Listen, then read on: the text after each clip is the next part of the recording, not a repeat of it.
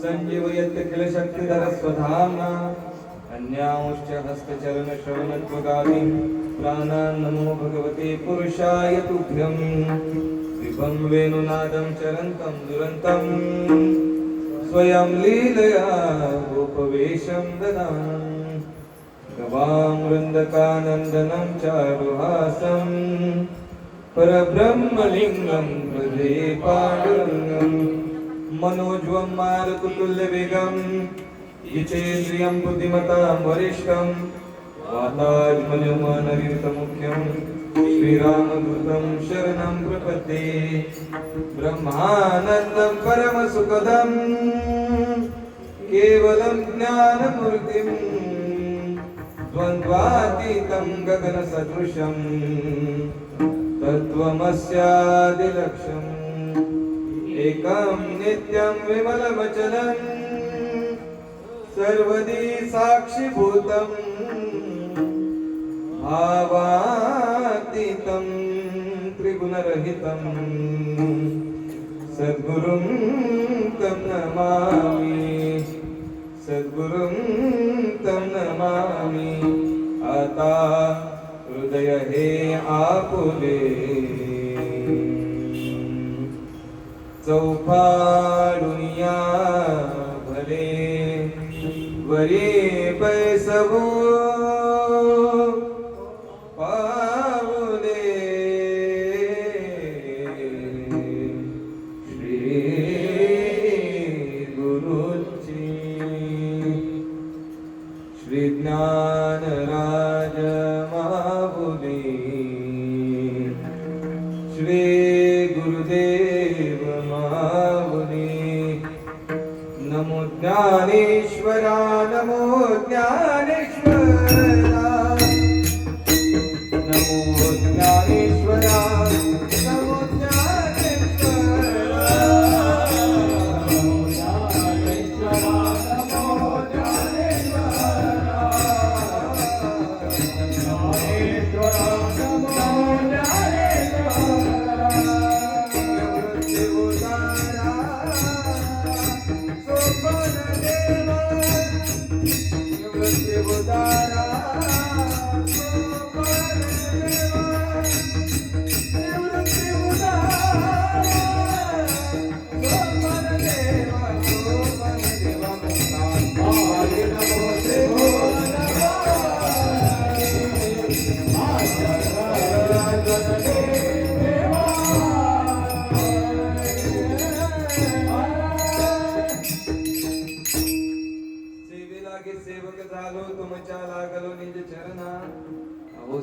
दीपकया देवा यावरी न करावा अभेर. आवडे दिवासी तो ऐका प्रकार, नामाचा उच्चार रात्रंदिवस. आवडे दिवासी तो ऐका प्रकार, नामाचा उच्चार रात्रंदिवस. प्रस्तुत प्राप्त प्रसंगी प्राप्त स्थळी संकीर्तन रूपी सेवेकरिता निवडलेला अभंग पैठण निवासी शांती ब्रह्म संत श्रेष्ठ एकनाथ महाराज यांचा 4 चरणाचा सरळ आणि सोप्या अशा भावार्थाचा देवाची आवड प्रतिपादित करणारा अभंग सेवेसाठी गायलेला आहे. विठ्ठला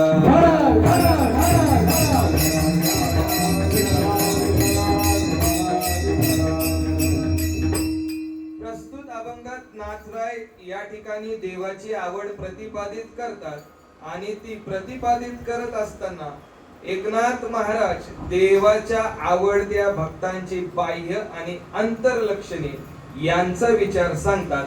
नवे नवे देवाला कोण प्रिय आहेत हा विचार नाथरायांनी या अभंगात सांगितलेला आहे. विठ्ठला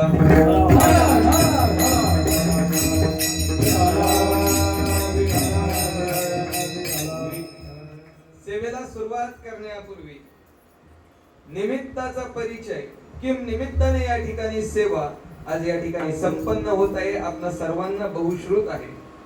या ठाणे जिल्ह्यातील भिवंडी तालुक्यातील, बरोबर ना, भिवंडी तालुक्यातील अत्यंत प्रसिद्ध सिद्ध असलेलं हे गाव शैक्षणिक असेल, सामाजिक असेल, धार्मिक असेल, राजकीय असेल, कोणत्याच क्षेत्रामध्ये माघारी नाही, प्रत्येक क्षेत्रामध्ये परिपूर्ण अव्वल असलेलं हे गाव. आणि या गावामध्ये अखंड हरिनाम सप्ताह या अग्निमातेच्या दिव्य अशा तेजोमय अशा दरबारामध्ये संपन्न होत असलेला हा अखंड हरिनाम सप्ताह मला वाटतं माझ्या वयाची तिप्पट केली तरी सुद्धा 9 वर्ष शिल्लक राहतील. 99 वर्ष झाले. अजूनपर्यंत 99 वर्ष झालेला सप्ताह मी ऐकलेला नव्हता आणि पाहिलेला नव्हता. आपलीच पाठ ठोकून घ्या. कोरोना काळामध्ये 8 दिवसाचे सप्ते 4 दिवसावर आले, बरोबर. 4 दिवसाचे सप्ते 2.5 दिवसावर आले, बरोबर. 2.5 दिवसाचे सप्ते 1.5 दिवसावर आले. 1.5 दिवसाचे सप्ते 1 दिवसावर आले आणि 1 दिवसाचा सप्ताह नामशेष झालेला आहे. 99 वर्ष अखंड हरिनाम सप्ताह 8 दिवस अव्याहतपणे सुरू आहे. म्हणजे नक्कीच या ग्रामावर, या गावावर ग्रामदेवतेचा आशीर्वाद आहे आणि म्हणून आतापर्यंत संपन्न होत आहे. विठ्ठल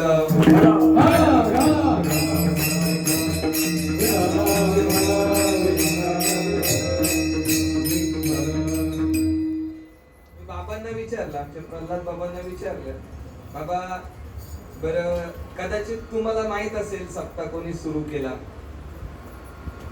बाबा म्हटले मी सुद्धा त्यावेळी नव्हतो.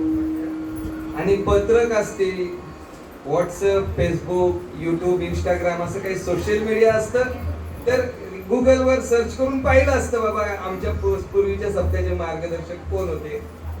म्हणजे इतका जुना सप्ताह, त्या प्रतिकूल काळामध्ये सुद्धा आपल्या मंडळींनी हा सप्ताह उभा केला.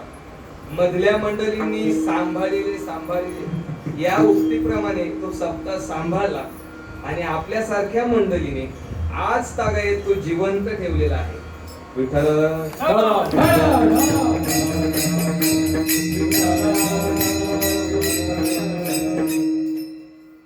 सेवेला सुरुवात करण्यापूर्वी या सेवेसाठी उपस्थित असलेले सर्वच गुणीजन वर्ग, ज्यामध्ये अतिशय म्हणजे मला वाटतं की मी लहानपणी या काल्हेरच्या दिंडीमध्ये असायचो आणि महाराजांच्या खांद्यावर फुगड्या घेतलेल्या. म्हणजे खूप मोठ्या अधिकाराचे लोक या ठिकाणी उपस्थित आहेत. असे असणारे सर्वच गंधर्वासारखे गायक उपस्थित आहेत, इंद्रासारखे पखावज वादक उपस्थित आहेत, जनकासारखे श्रोते उपस्थित आहेत. साऊंडवाले दादा तुम्हाला उपाधी नाही, कारण त्यावेळी साऊंड सर्व्हिस नव्हती, परंतु अतिशय गोड, अतिशय समर्पक, जशी पाहिजे तशी साऊंड सर्व्हिस सुद्धा या ठिकाणी उपस्थित आहेत. तुम्हा सर्वांच्या चरणारविंदी उपस्थित असलेले सर्व ज्येष्ठ श्रेष्ठ तपोवृद्ध ज्ञानवृद्ध माता माऊली सर्वांच्या चरणारविंदी नतमस्तक होऊन या सेवेला सुरुवात करतो. विठ्ठल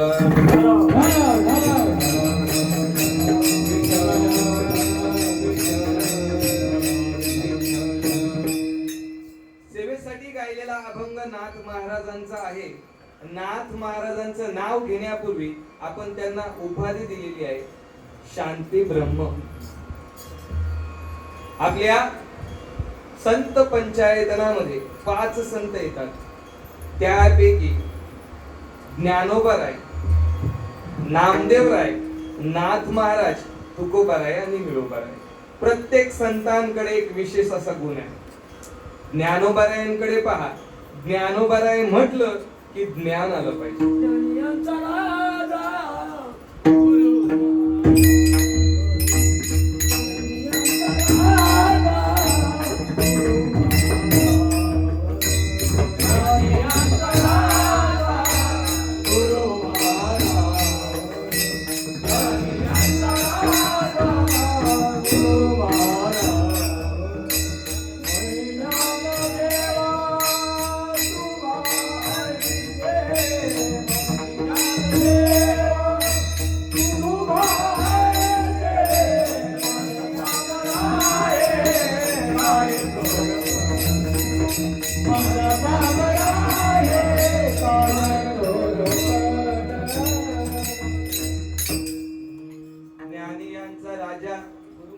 ज्ञानी यांचा गुरु म्हणा किंवा ज्ञानी यांचा राजा म्हणा, असे ज्ञानोबाराय ज्यांच्याकडे ज्ञान आहे. किती ज्ञान!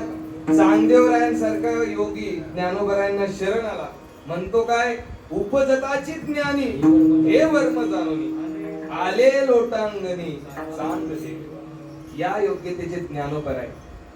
ज्ञान पाहावं तर ज्ञानोबारायांकडे, ज्ञानाचा सागर सखा माझा ज्ञानेश्वर. नामदेवराय, भगवंत नामदेवरायांना म्हणतात. नामदेवराय कोण आहेत? प्रेम भंडारी.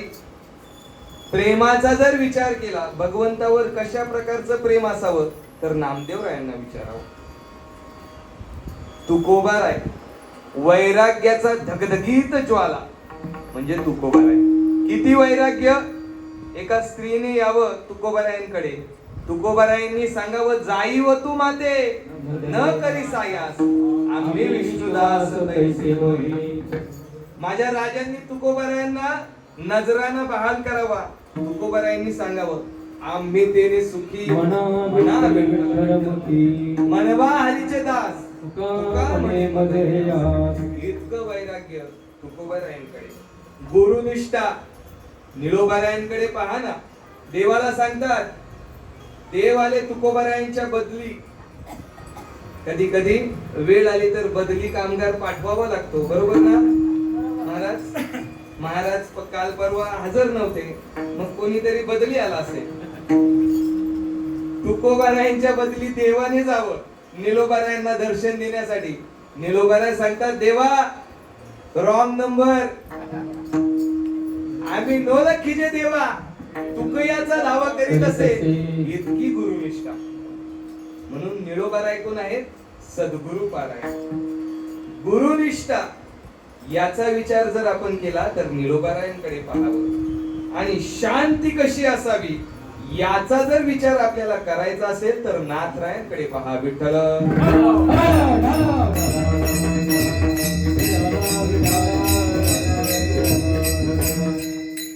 येवनावरी तुकला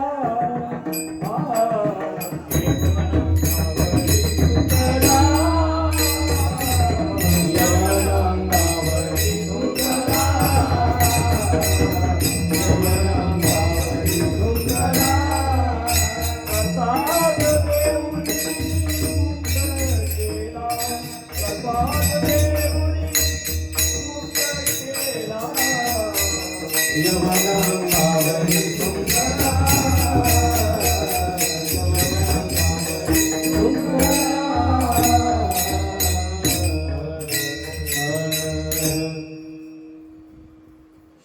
या शब्दाचा विचार केला तर नाथरायांकडे पाहिल्यानंतर शांती कशी असावी आपल्याला कळेल.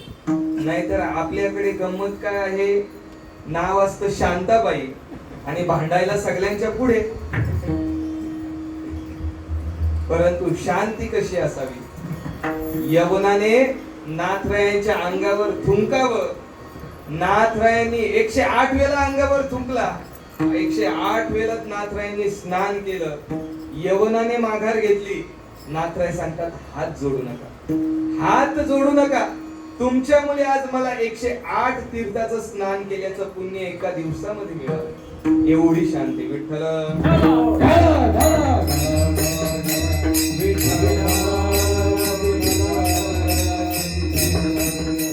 अजून नाथरायांच्या अधिकाराचा जर आपण विचार केला तर जो त्रिभुवनाचा धनी आहे, आपल्या कोणत्या तालुक्याचा, जिल्ह्याचा, राज्याचा किंवा देशाचा किंवा जगाचा नाही, त्रिभुवनाचा जो धनी आहे, त्या त्रिभुवनाच्या निर्मात्याने नाथरायांकडे 36 वर्ष काम करावं. कावडीने पाणी, ज्या घरी चक्र पाणी वाहे, हा नाथरायांचा अधिकार आहे. विठ्ठल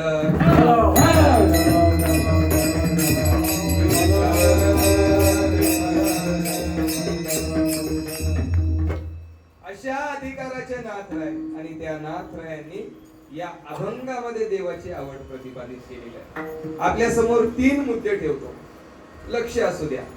थोडं खेळीमेळीमध्ये आपण या मुद्द्यांचा विचार करू. 3 मुद्दे ठेवतो. पहिला मुद्दा आहे जीवाची आवड, दुसरा मुद्दा आहे संतांची आवड आणि तिसरा मुद्दा आहे देवाची आवड. देवाची आवड जर आपल्याला जाणून घ्यायचं असेल तर या पूर्वी आपण 2 मुद्द्यांचा विचार केला पाहिजे. पहिला आहे जीवाची आवड. जीवाला काय आवडतं?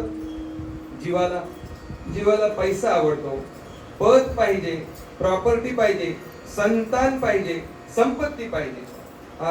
आमचे तुकोबाराय सांगतात जीवाला काय आवडतं? गृही भावे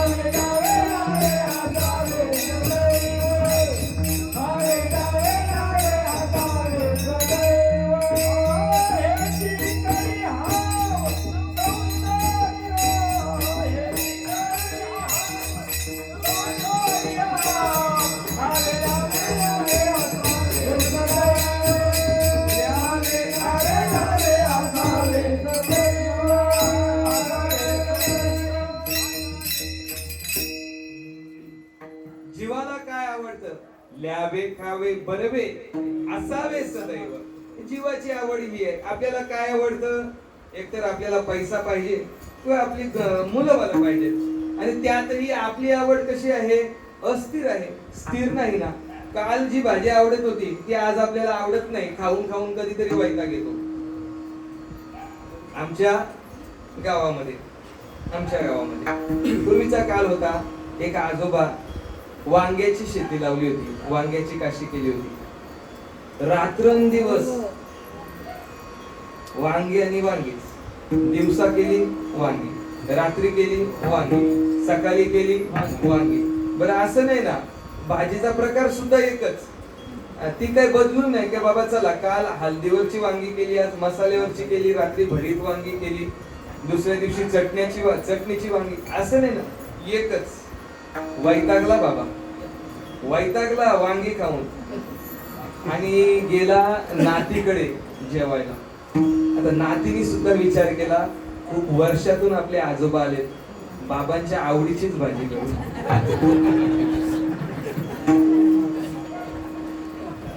घडलेला दृष्टांत आहे. ताटामध्ये वांग्याची भाजी पाहिली, पोरा लाव दे दांडूक कुठे आपला.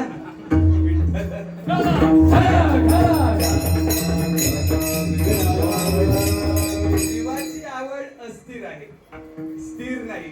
जे आपल्याला काल आवडत होतं ते आज आवडत नाही. अजून सोप्या भाषेत सांगू का? लहान 5 वर्षाचा मुलगा रडू लागला. कशिलीच्या बाजारामध्ये वडील गेले, तर मुलगा रडतोय. आईने फोन करून सांगितलं की येताना भाजीपाल्यासोबत आपल्या बाळाला सुद्धा काहीतरी खेळणं घेऊन या. वडिलांनी विचार केला काय खेळणं आणून द्यायचं. मग एक बाहुली आणली, 100 रुपयाची बाहुली आणली. 5 वर्षाच्या मुलाच्या हातात दिली.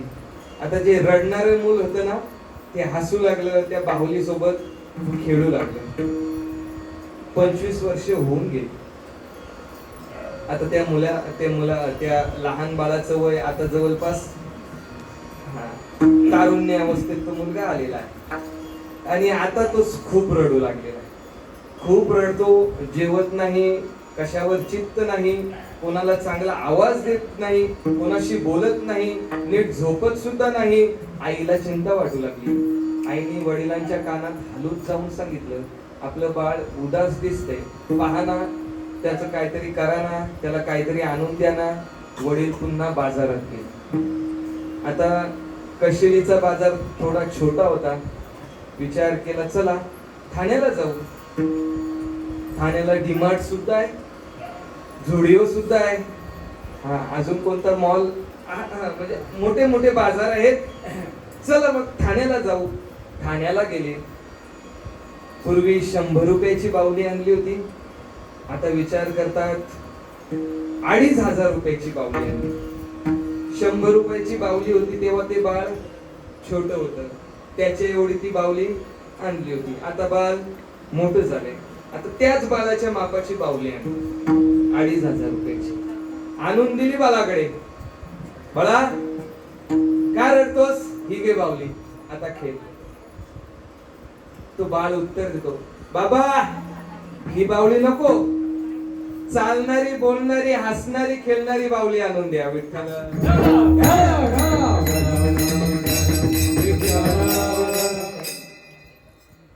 वडील म्हणतात 5 वर्षापूर्वी तुला अशीच छोटी बाहुली आणून दिली होती, तेव्हा तू हसू लागला, खेळू लागला. आता काय झालं? आता सांगतो ही बाहुली नको, मला आयुष्यभर नाचवणारी बाहुली पाहिजे विठ्ठल.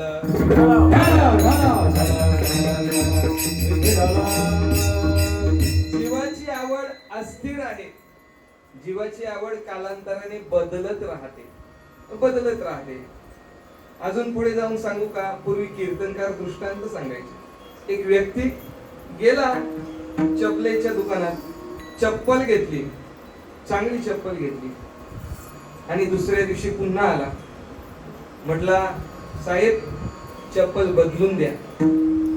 तो दुकानदार म्हणायला लागला, अहो चप्पल एवढी चांगली आहे, पावसाळी आहे, पावसाळ्याचा सीझन चालू आहे, तुम्ही पावसाळी चप्पल अगदी योग्य घेतलेली आहे, ती कशाला तुम्हाला बदलून पाहिजे? तो सांगतो बायकोला आवडली नाही म्हणून चप्पल बदलून द्या. तर ठीक आहे, बायकोला आवडली नाही, चप्पल बदलून दिली. पुन्हा पुढच्या वर्षी गेला त्या दुकानात, म्हटलं साहेब चप्पल दाखवा.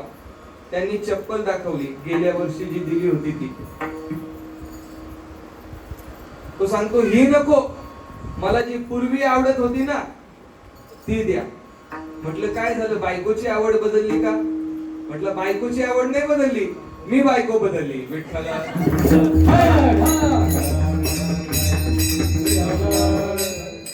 जीवाची आवड अस्थिर आहे, भिन्न आहे, सारखी बदलत राहते. जीवाला काय आवडतं? हा, मुलेबाले आवडतात, पण त्यातही त्याची आवड बदलत राहते. गंमत सांगतो, 5 वर्षाचं बाल आहे, त्याच्या कोणी येऊन सहज मुका घेतो, बरोबर ना? पण तेच बाल मोठं झालं, आता ज्याचे बाल ज्या बालाचे गाल अगदी असे चेंडू सारखे गुबगुबीत होते, आता ते जरा त्याच्यात चावण्या बसलेले आहेत. थोडं वय झालेलं आहे, 60-70. आता कोण येऊन त्याच्या मुका घेईल का? जीवाची आवड अस्थिर आहे, अस्थिर आहे, बदलत राहते. परंतु या ठिकाणी संतांना जीवाची आवड प्रतिपादित करायची नाही. संतांची आवडीचा जर आपण विचार केला तर या ठिकाणी संतांना काय आवडतं ते सुद्धा संत सांगतात. आमच्या तुकोबाऱ्यांना विचारा ना, तुकोबाऱ्या सांगतात आम्हाला पैसा नको, आम्हाला घर धन दारा पुत्र काहीच नको, धन दारा पुत्र जन बंधू सोयरे पिशून सर्व मिथ्या हे जाणून शरण निघा देवासी. तुकोबाराय सांगतात आम्हाला धन तर नकोच, पुत्र सुद्धा नको, दारा सुद्धा नको, पत्नी सुद्धा नको, आम्हाला केवळ आणि केवळ परमात्मा आवडतो. महाराज आपण अभंग गायला, आवडे हे रूप गोजिरे सगुण. तुकोबारायांना काय आवडतं?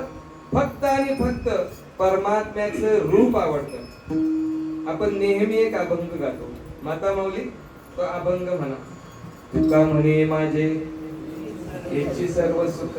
पुढे काय म्हणतात तुकोबाराय?